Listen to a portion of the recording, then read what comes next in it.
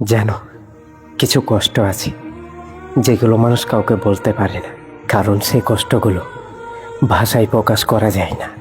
আমি অনেকবার চেষ্টা করেছি নিজের ভেতরের কষ্টগুলো অন্য কাউকে বলতে, কিন্তু প্রতিবারই থেমে গেছি। কারণ কষ্টগুলো সবাই শোনে, কিন্তু কেউ বোঝে না।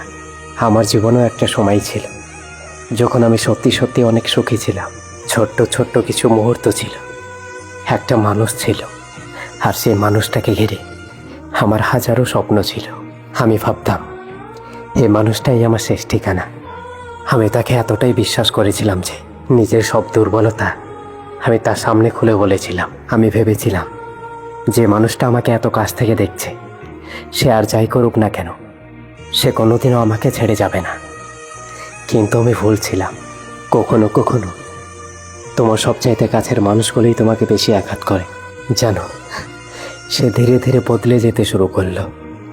আগের মতো কথা বলতো না, আগের মতো খোঁজ নিত না, আগের মতো আর গুরুত্বও দিত না।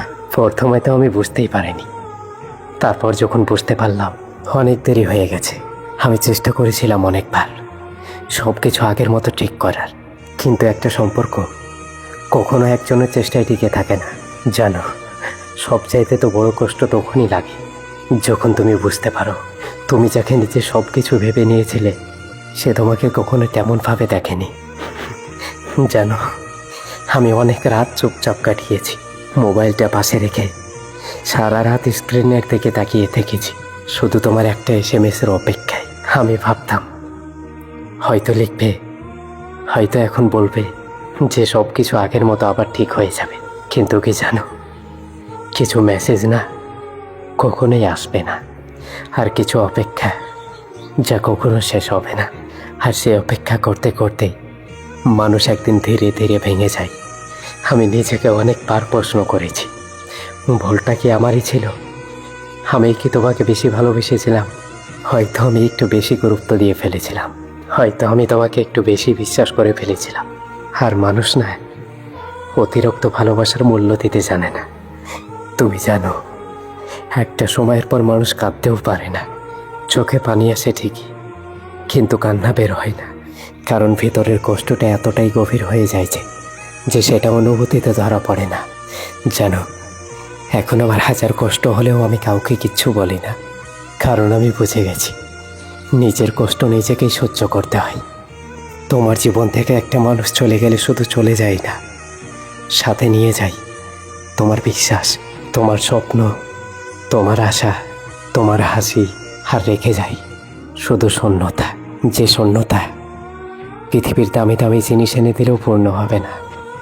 মাঝে মাঝে আমার এমন মনে হয় আমি নিজেই নিজের কাছে হেরে গেছি। আগের আমি আর এখনকার আমি দুটো যেন একদম আলাদা মানুষ। আগে আমি খুব সহজেই খুশি হতাম, ছোট্ট ছোট্ট বিষয়ে হাসতাম, আর এখন সব কিছু থাকলেও আমি হাসতে ভুলে গেছি। এখন সব কিছুই যেন আমার কাছে একটা অভিনয় হয়ে গেছে। এখন আর আমি কাউকে বিশ্বাস করতেও পারি না, আর কাউকে ভালোবাসতেও পারি না, কারণ আমি জেনে গেছি যে মানুষটা একদিন আমাকে বলবে আমি তোমার পাশে আছি, একদিন সে মানুষটাই সবার আগে হারিয়ে যাবে। আমার সবচাইতে তো বড় কষ্ট তখনই হয় আমি যার জন্য নিজেকে ধ্বংস করেছি সে তো আমাকে ছাড়া খুব সুখেই আছে। আমি এখনও সে জায়গায় দাঁড়িয়ে আছি যে জায়গা থেকে সে আমাকে ছেড়ে চলে গিয়েছিল। সময় এগিয়ে যাচ্ছে, দিনও বদলাচ্ছে, সবাই নিজের মতো ব্যস্ত হয়ে যাচ্ছে, শুধু আমি সেই পুরনো স্মৃতি নিয়ে পড়ে আছি। সবাই বলে সময় সব কিছু ঠিক করে দেয়, সত্যিটা হলো সময় কিচ্ছু ঠিক করে না।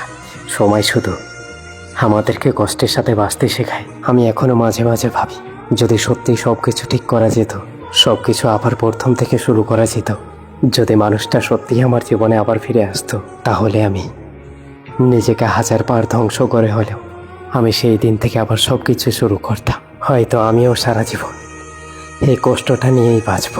বাইরে থেকে সবাইকে আমি হাসি খুশি দেখাবো, সবার সাথেই ঠিকঠাকভাবে কথা বলবো, কিন্তু শুধু আমিই জানি ভিতরে ভিতরে আমি আর আগের মতো নেই। কারণ একবার মন ভেঙে গেলে মানুষ বাঁচেই ঠিকই, কিন্তু আর আগের মতো থাকে না, আগের মতো থাকে না, আগের মতো থাকে না।